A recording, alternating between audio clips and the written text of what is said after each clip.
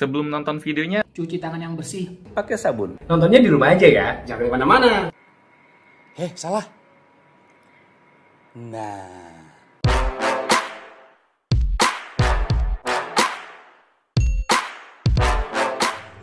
Assalamualaikum, welcome to Kabel Kamar Belajar. Pada pertemuan kali ini kita akan belajar mengenai bentuk akar. Nah, bentuk akar ini merupakan sambungan materi kita pada pertemuan yang kemarin ya, yaitu mengenai berpangkatan. Saya yakin pasti kita semua banyak sekali kebingungan mengenai bentuk akar ini. Gimana sih cara menyelesaikan bentuk akar? Kemudian gimana sih cara menyederhanakan dan menyelesaikan persoalan mengenai bentuk akar? Ini pasti banyak sekali yang masih belum memahaminya. Pada kesempatan kali ini kita akan belajar mulai dari dasar, dari konsep, kemudian teori, dan juga kita mulai pada praktek dan sifat-sifatnya. Oke, untuk kalian jangan kemana-mana ya.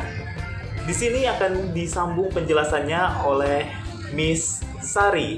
Jadi kalian harus mendengarkan penjelasan ini dan memahaminya, karena nanti akan ada beberapa soal yang perlu kalian kerjakan secara mandiri.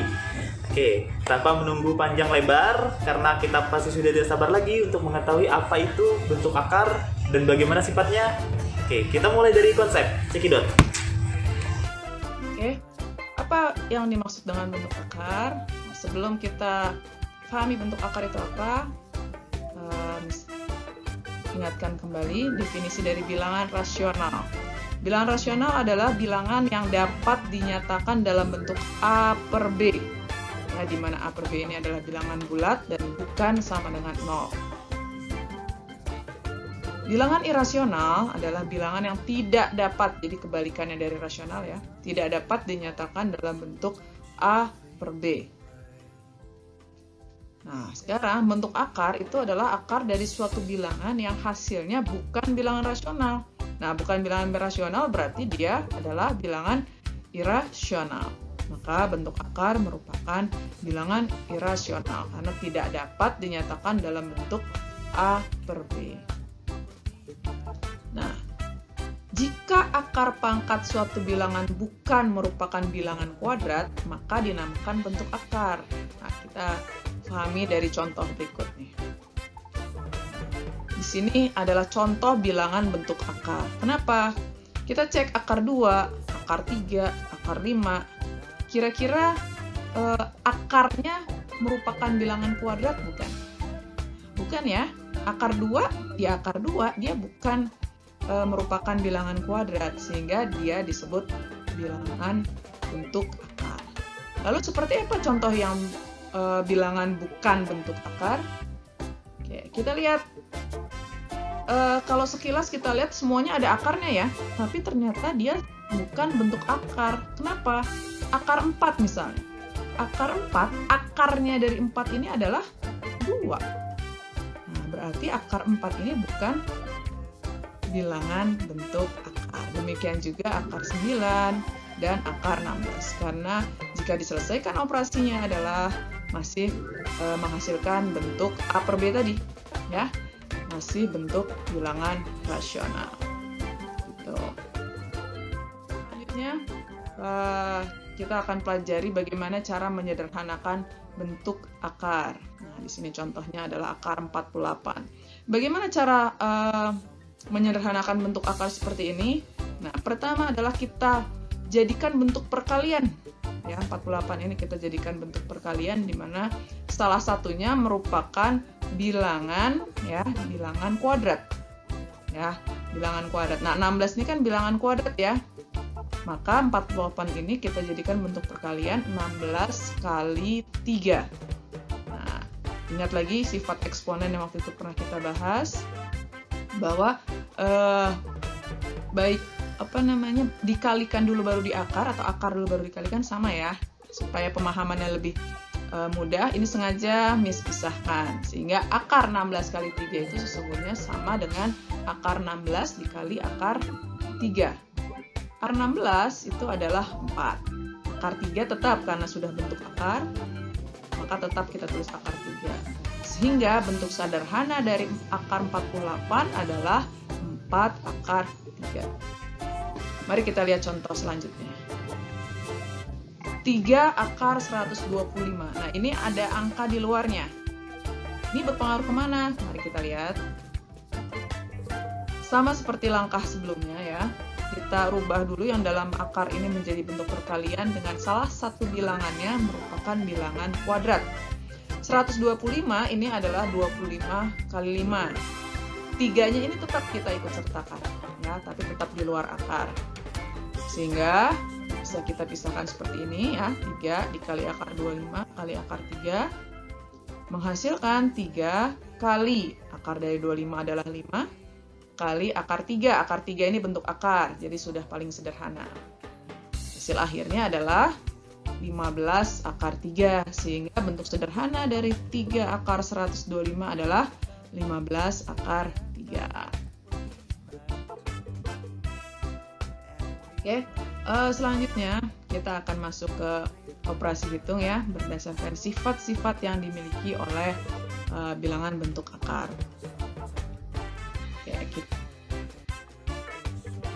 Sifat-sifat bentuk akar yang pertama adalah bentuk perkalian. Sama seperti eksponen ya, sama seperti bentuk pangkat. Jika kedua akar itu dikali, nah selama akarnya sama nih ya, sama bentuk akarnya sama, maka dia boleh langsung digabungkan. Tadi udah kita aplikasikan ketika menyederhanakan bentuk akar ya. Jadi dikalikan dulu baru diakarin akan sama dengan diakarin dulu baru dikali. Demikian juga bentuk pembagian ya. Akar A per akar B itu sama dengan akar dari A per B. Syaratnya harus positif A sama B-nya ini. Ya, nilainya harus positif karena bila negatif lebih kecil dari 0, nilai dari akar bilangan negatif itu imajiner, tidak terdefinisi ya. Tidak rasional, tidak real, bukan bilangan real. Oke, sifat yang ketiga penjumlahan. Nah, kalau pada penjumlahan atau pengurangan, ini sengaja tulis tambah dan kurang ya. Dia boleh dijumlahkan atau dikurangi ketika bentuk akarnya sama. Nah, di sini contohnya adalah sama-sama akar C. Ketika bentuk akarnya sama, maka bilangan yang di luarnya ini boleh langsung ditambah atau dikurang. Nah, contohnya di sini. A akar C ditambah B akar C, maka sama dengan A tambah B akar C. Demikian pula jika dikurang. A akar C dikurang B akar C sama dengan A dikurang B akar C. Sifat selanjutnya adalah perkalian dengan beda bentuk akarnya. Ya, di sini kita lihat A akar B kali C akarnya nggak ada yang sama nih angkanya. Ketika begini, ya sama aja prinsipnya. Prinsipnya adalah yang di luar dikali sama yang di luar, A kali C. Yang di dalam kalikan sama yang di dalam, B kali D. Sifat yang terakhir, pembagian. Sama ya. Pembagian juga sama. Prinsipnya adalah yang di luar bagi sama yang di dalam. Yang di dalam bagi sama yang di dalam juga. Jadi harus sama. Oke. Itu sifat-sifatnya. Sekarang perkalian bentuk akar. Ya. Nah, ini bentuk akar A min akar B dikali akar A tambah akar B. Jadi sama nih ya angkanya. Angkanya sama, cuman bedanya di sini 1 kurang 1 tambah. Maka hasilnya adalah langsung saja A dikurang B. A sama B dapat dari mana? Dari hasil kuadrat ini. Jadi ketika nanti menemukan di sini min, sini plus atau dibalik gitu ya, plus sama min sama aja, dan bilangannya sama, maka hasilnya tinggal hasil kuadrat yang pertama dikurangi hasil kuadrat yang kedua. Gitu. Ini disebut juga nanti selisih kuadrat. Oke, yang kedua bentuk pemangkatan 2 ya. Pangkat 2 ini kan sesungguhnya adalah akar A plus minus akar B dikali akar A plus minus akar B. Nah, kalau mau manual kan kita kaliin pelangi gitu ya. Cuman untuk memudahkan bentuknya seperti ini, maka tetap A tambah B. Mau plus, mau min, tetap A plus B. Nah, yang membedakan di belakang ini. Ketika dia tambah, maka di sini juga tambah. Ketika dia kurang, maka di sini juga kurang. Dikurang atau ditambah berapa? 2 2 kali akar AB. Gitu ya. Jadi sekali lagi, mau plus atau min, di depannya sini tetap plus. Yang berbeda dan menyesuaikan bentuk yang di depan ini adalah bagian belakangnya. Ya. Jadi bentuk kuadrat ini menghasilkan A tambah B plus kalau soalnya tambah, min kalau soalnya kurang. 2 akar AB. Kita coba latihan soalnya ya. Yang pertama, hasil dari akar 8 tambah akar 50 kurang 3 akar 2. Nah, kalau lihat sekilas ini nggak bisa ditambah atau dikurang. Kenapa? Bentuk akarnya beda. Di sini akar 8, di sini 50, di sini 2. Tidak sama, maka tidak boleh ditambah atau dikurang. Lalu apakah tidak bisa kita kerjakan? Bisa. Pertama tadi kita sudah bahas bagaimana cara menyederhanakan bentuk akar. Nah, itulah yang kita lakukan. Langkah pertama maka kita lakukan dulu penyederhanaan bentuk akar ini ya. 8 kita ubah menjadi bentuk perkalian 4 kali 2. 50 kita ubah perkalian menjadi 25 kali 2. 3 akar 2 ini sudah bentuk paling sederhana, maka tidak kita rubah. Selanjutnya, nah, seperti tadi, akar dari 4 itu adalah 2. Maka 2-nya ini tidak dalam bentuk akar lagi ya, karena sudah diakarkan dari 4. Lalu akar 25 itu 5. 3 akar 2 tetap. Nah, kita lihat di sini udah sama semua ya, sudah sama-sama akar 2. Sehingga koefisiennya bisa langsung kita jumlahkan dan kita kurangi. 2 tambah 5 dikurang 3. Akar 2-nya tetap. Berapa 2 tambah 5 kurang 3? Hasilnya adalah 4 akar 2. Oke, kita coba contoh soal yang lain.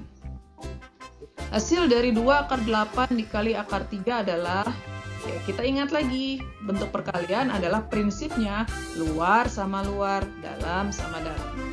Oke, maka 2-nya tetap, 8 kali sama 3 kita kalikan. Sehingga menghasilkan 2 akar 24. Apakah sudah selesai? Belum. Selama bentuk akar ini masih bisa disederhanakan, maka lakukan langkah selanjutnya. Kita lihat, 2 akar 24 ini, 24-nya bisa kita jadikan bentuk perkalian 4 kali 6. Berapa 4 kali 6 ini? 24. Oke, berarti benar. Dan ingat, bentuk perkalian harus salah satunya bentuk kuadrat, ya, bilangan kuadrat. Sehingga bisa kita sederhanakan menjadi 2 kali, nah akar 4 ini hasilnya 2. Nah, jadi 2 akar 6. Hasil akhirnya 2 kali 2, 4 akar 6. Oke, satu contoh lagi biar mantap ya. Hasil dari 2 tambah 3 akar 6 kuadrat. Yang tadi ya, perkalian tadi.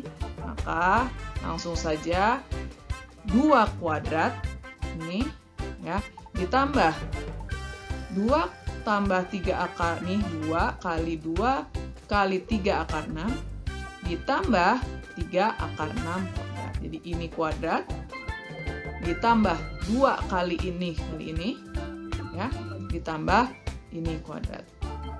Nah, sekali lagi, kalau dikuadratkan adalah bilangan pertama kuadrat ditambah 2 ini rumusnya sudah ya, 2 dikali bilangan pertama dikali bilangan kedua, lalu ditambah bilangan kedua dikuadratkan. Oke. Hasilnya langsung 4 ya. Ini langsung kita kali 2 kali 2 kali 3 12 ditambah ini dikuadratkan berarti 3-nya dikuadratkan 9, akar 6-nya dikuadratkan. Nah, langsung kita hitung 9 kali 6 54, sehingga 4 tambah 54 adalah 58, lalu ditambah 12 akar 6. Oke, sekian untuk bentuk akar. Silahkan dipelajari kembali, dipahami benar-benar. Kita nanti latihan mandiri ya. Kita ketemu lagi di materi selanjutnya. Well, and finally, akhirnya kita sampai pada penghujung pertemuan kita di pembelajaran kali ini. Jadi, untuk kalian gimana? Apa sudah memahami penjelasan dari misteri? Kalau masih belum, silahkan kalian tulis komentar di bawah ini. Silahkan kalian bertanya kebingungan kalian di mana. Kita nanti akan sambil sharing dan berbagi mengenai bentuk akar ini. Kemudian, terima kasih untuk kalian yang sudah menonton sampai selesai. Dan terima kasih untuk yang sudah kasih like. Terus, untuk yang baru bergabung, jangan lupa tinggalkan subscribe-nya ya, supaya channel ini lebih berkembang lagi untuk pembelajaran kita. Oke, salam dari kamar belajar.